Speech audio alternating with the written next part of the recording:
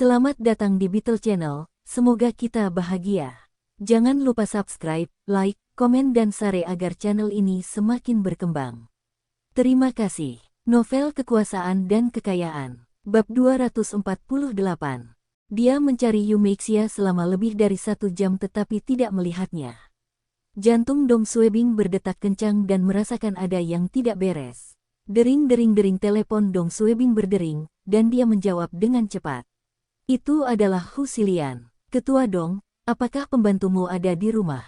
Jawab Dong Suebing. Saya juga mencarinya. Dia keluar membeli telur di pagi hari, dan sudah hampir 2 jam. Kenapa kamu bertanya? Hu Xilian menarik napas dalam-dalam dan berkata. Itu pasti dia. Biro baru saja menerima telepon. Seseorang telah melihat beberapa pria memaksa seorang wanita cantik masuk ke dalam mobil van dekat tempat tinggal kami. Deskripsi wanita tersebut terdengar seperti pembantu Anda, dan meskipun penelepon tidak menurunkan plat nomornya, deskripsi kendaraan tersebut mirip dengan kasus penculikan anak-anak dan wanita. Penculikan wanita. Yumeixia diculik. Kemarahan Dong Suebing meningkat. Biro Keamanan Umum Kabupaten. Kantor Pusat Komando. Setelah menerima telepon Hu Xilian, Dong Suebing bergegas ke kantor Pusat Komando. Dia masuk tanpa mengetuk dan melihat Qin Yong, Hu Xilian, dan beberapa petugas lainnya dari Departemen Lalu Lintas dan Investigasi sedang berdiskusi.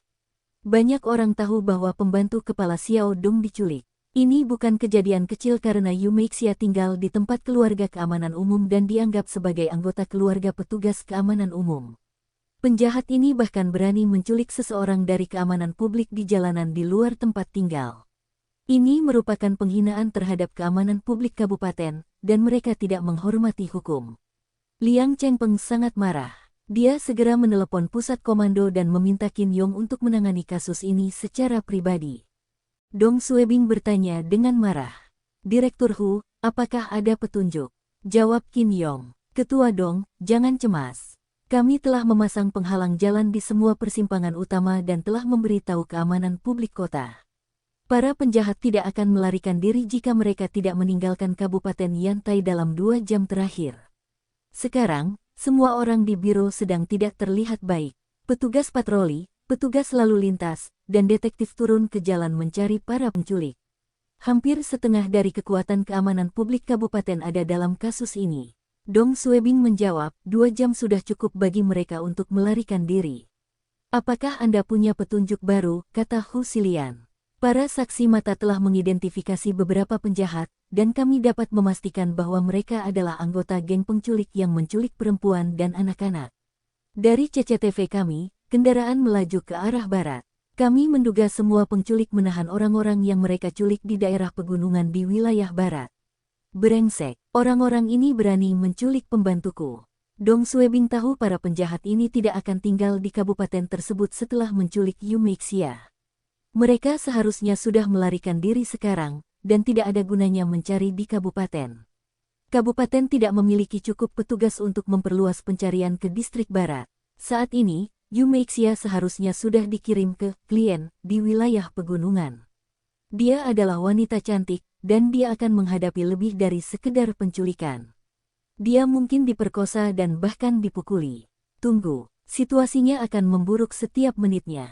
Qin Yong juga tahu mereka tidak punya waktu.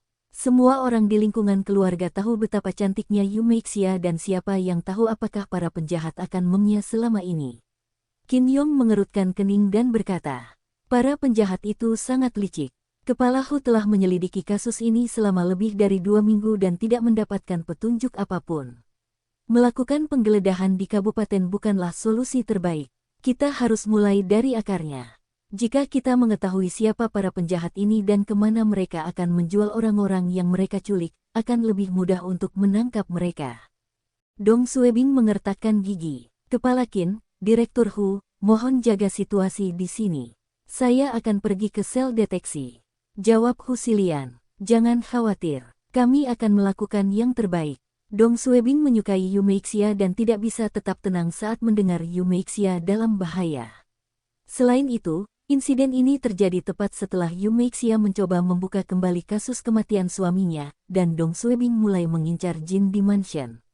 Dong Suebing curiga. Jika Yu Meixia menghilang selamanya, kasus kematian suaminya tidak akan dibuka kembali.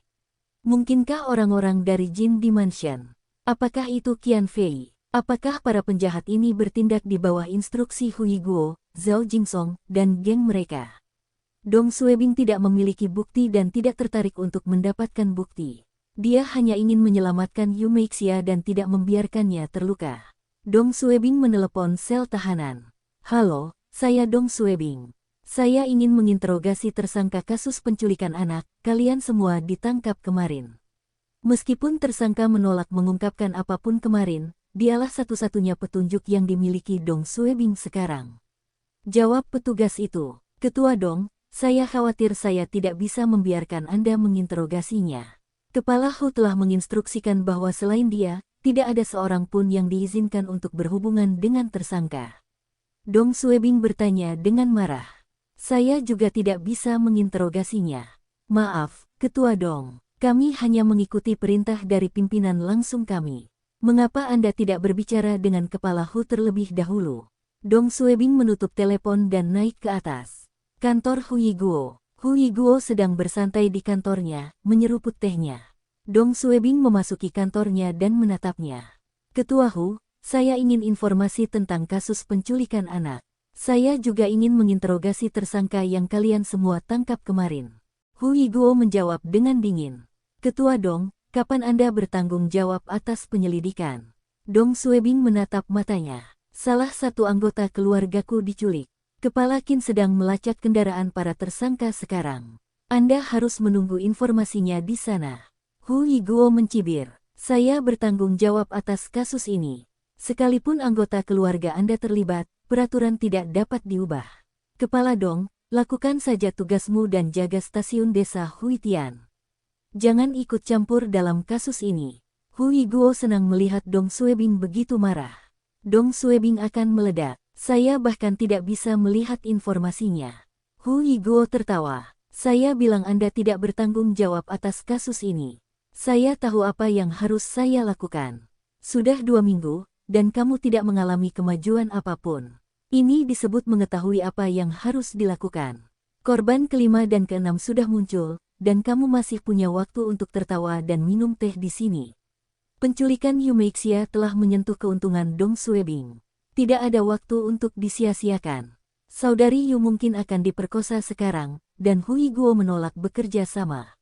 Sebaliknya, dia duduk dengan nyaman di kantornya sambil minum teh dan menolak membiarkan orang lain melihat berkas penyelidikan. Apa artinya ini? Dia tidak ingin menyelidiki dan ingin Yu Meixia mengurus dirinya sendiri. Hui Guo menggedor mejanya dan menatap Dong Suebing. Perhatikan nada bicaramu. Saya tidak membutuhkan Anda untuk mengajari saya cara menyelidiki kasus ini. Keluar. Dong Suebing menarik napas dalam-dalam. Aku bertanya padamu terakhir kali. Apakah Anda bersedia memberi saya berkas kasus dan tersangkanya?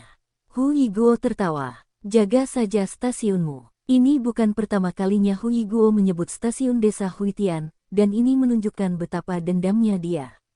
Dong Suebing berselisih dengan Hui Guo beberapa kali, dan dia menunjuk ke arahnya. Bagus, ingat apa yang kamu katakan. Hui Guo sengaja menghalangi Dong Suebing, dan ini membuat Dong Suebing semakin curiga bahwa Hui Guo ada hubungannya dengan kasus ini. Jika tidak, mengapa Hui Guo takut membiarkan Dong Suebing melihat berkas kasus dan menginterogasi tersangka? Hanya karena mereka rival. Setelah Dong Suebing pergi, Hui Guo menelepon sel tahanan. Jangan biarkan Kepala Dong berbicara dengan tersangka manapun di sel tahanan. Selain Kepala Liang, minta izin saya dulu jika ada yang ingin menginterogasi tersangka kasus penculikan anak. Hui Guo bertanggung jawab atas kasus ini. Sesuai aturan, izinnya diperlukan sebelum ada yang bisa menemui tersangka. Tidak ada waktu lagi. Setelah meninggalkan kantor Hui Guo, Dong Suebing tidak menunggu lebih lama lagi.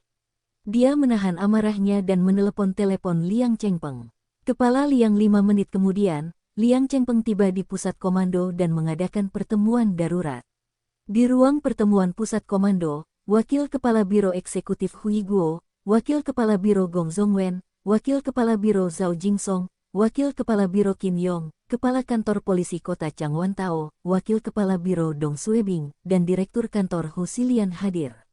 Banyak orang yang belum mengetahui apa tujuan pertemuan ini. Mungkinkah ini kasus penculikan pembantu kepala Dong? Meskipun ini kasus yang serius, Kepala Liang tidak perlu memanggil semua orang untuk menghadiri pertemuan ini. Mungkinkah ada kasus yang lebih serius? Kalimat pertama Liang Chengpeng dalam pertemuan itu mengejutkan semua orang.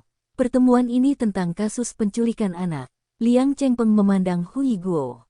Kepala Hu, kamu tidak perlu mengikuti dalam kasus ini. Hui Guo tercengang. Apa? Saya tidak perlu menindaklanjuti kasus ini. Semua orang menoleh untuk melihat Hui Guo. Sebelum Hui Guo bisa mengatakan apapun, Liang Chengpeng melanjutkan. Ketua Dong, kamu akan mengambil alih kasus ini. Dong Suebing menjawab tanpa ragu-ragu. Ya. Zhao Jingsong menarik napas dalam-dalam dan memandang Dong Suebing. Qin Yong dan Hu Xilian juga berbalik dan melihat ke arah Dong Suebing. Hui Guo masih shock. Apa yang terjadi? Mengapa Kepala Liang membiarkan Dong Suebing mengambil alih kasus ini? Gong Zongwen mengerutkan kening dan memandang Dong Suebing dan Liang Chengpeng. Dia tidak mengucapkan sepatah kata pun dan terus melihat dokumen di depannya. Kepala Biro Liang membiarkan Dong Suebing mengambil alih kasus ini. Tapi ini hanya kasus, dan tidak akan mempengaruhi pengaruh Hui Guo di biro. Di saat yang sama, otoritas Dong Suebing tidak meningkat. Tapi semua orang yang hadir tahu ini bukan tentang otoritas atau kekuasaan mereka. Mereka lebih khawatir mengapa Kepala Liang begitu dekat dengan Kepala Dong. Hui Guo teringat apa yang dikatakan Dong Suebing sebelum dia pergi. Ingat apa yang kamu katakan. Hui Guo menolak Dong Suebing untuk melihat laporan investigasi dan menginterogasi tersangka. Sekarang, kasus ini dipindahkan ke Dong Suebing. Ini merupakan tamparan di wajahnya. Hui Guo tidak akan mentolerir hal ini. Ketua Liang, saya telah mengikuti kasus ini, dan kami telah menangkap satu tersangka. Kami akan segera memecahkan kasus ini. Jika Anda mengganti orang yang bertanggung jawab atas kasus ini sekarang, kemajuannya akan Liang Chengpeng memotongnya. Segera, sebentar lagi 1 bulan. Mengapa kasus ini belum terselesaikan? Hui Guo mencoba berdebat. Kali ini kita akan. Liang Chengpeng memotongnya lagi. Itu dia. Bahkan anggota keluarga petugas keamanan publik kami diculik sekarang. Kasus ini harus segera diselesaikan. Semua orang di sini harus mendukung Ketua Dong dalam kasus ini. Liang Chengpeng memandang Dong Suebing. Ketua Dong, sekarang terserah padamu. Bersambung, terima kasih telah menyaksikan dan mendukung channel ini.